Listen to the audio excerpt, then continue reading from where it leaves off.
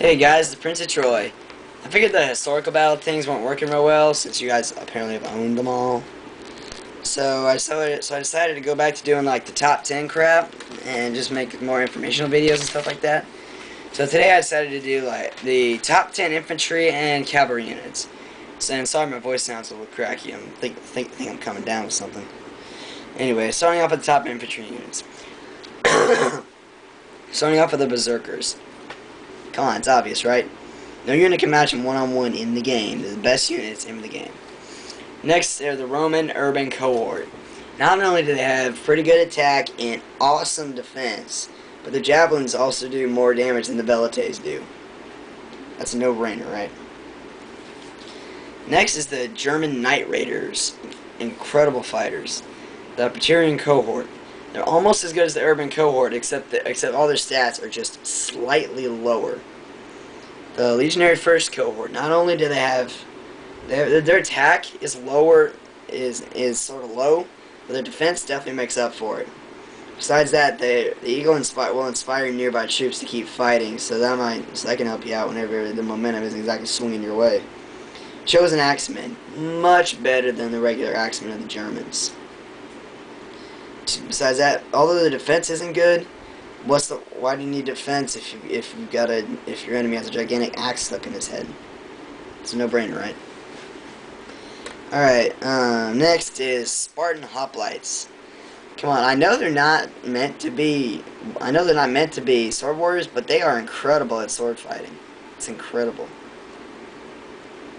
Next, the early Legionary First cohort. I put them in there after the Spartan Hoplites because a lot of times the Spartan Hoplites will beat them. A lot of times they will. If you combine the phalanx with their sword fighting abilities, there's no way the cohorts are going to beat them. No way. Next is Egypt's Desert Axemen. Especially in the desert, they fight as really good warriors overall, but if you put them in the desert, they are incredible because they got much more stamina than other factions. So you can run away from them and then just turn around and own them whenever you feel like it. Next is the Bull Warriors from Spain. Their attack and defense is nothing to be proud of, but because they're balanced and their javelins do so much damage, that makes them such effective warriors. Now that's the top 10 infantry units. Moving on to the top 10 cavalry units. Number 1 cavalry unit in the game is Armenia's Cataphract Archers. First of all, their melee attack is higher than the Cataphracts. Their defense is just the same as the Cataphracts, and they can use archers.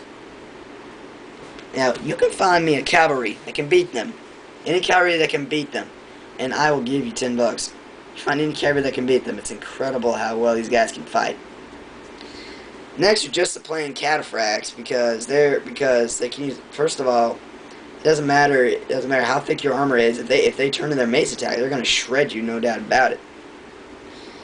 Next is the Cappadocian Cavalry. They're not quite as good. They're basically Cataphracts.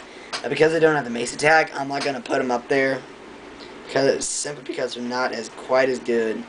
Because they don't have the mace attack, so they can't pierce armor as well.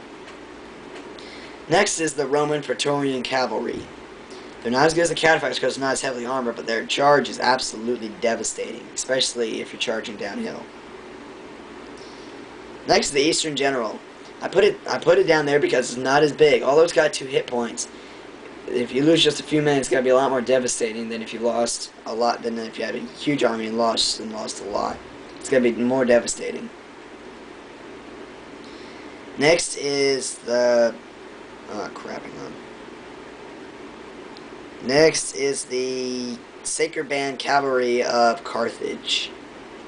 I'm not sure why I put that on there, but anyway. Then number 7 is the Companion Cavalry of Macedon.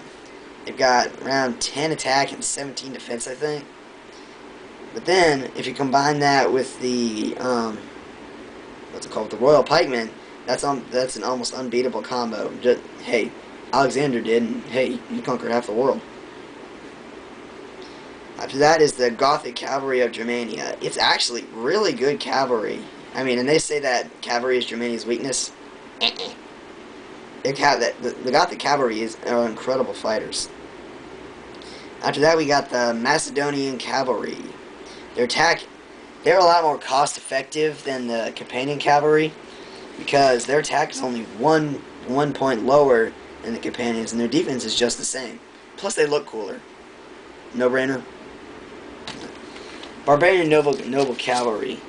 It's really actually a pretty good unit. I mean, like, they say for barbarians their cavalry is their weakness, but I don't agree with that. I mean, like, most cavalry isn't going to be good against infantry in a fight except the cataphracts because they got the mace attack. I mean, like, if they get stuck in, then it's kind of a no-brainer they're going to lose. So Barbarian Noble Cavalry is actually really good at getting stuck in and winning. Next, by the way, the Scythia's head-hunting maidens, they'll own all cavalry. They'll defeat any cavalry that you throw at them. And let's see, Cataphracts owns them. Gothic Cavalry owns them. Praetorians owns them. Cataphract Archers owns them. It owns all cavalry one-on-one. No unit can match them one-on-one. You gotta hold them with your infantry and flank them. That's the only way you can beat them. Alright, and that's it for today. See ya.